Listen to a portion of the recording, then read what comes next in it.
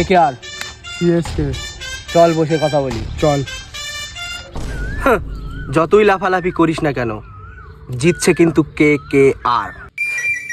হ্যাঁ শালি রে, এই সিজনে তো একটাও ম্যাচ জিততে পারিনি, আবার আমাদের সঙ্গে জেতার স্বপ্ন দেখছিস?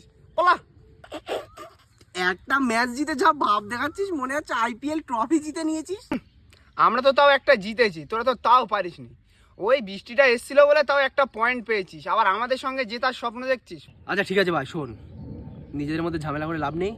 ওই দেখ একটা লোক বসে আছে, চল ওকে গিয়ে জিজ্ঞেস কর। চ।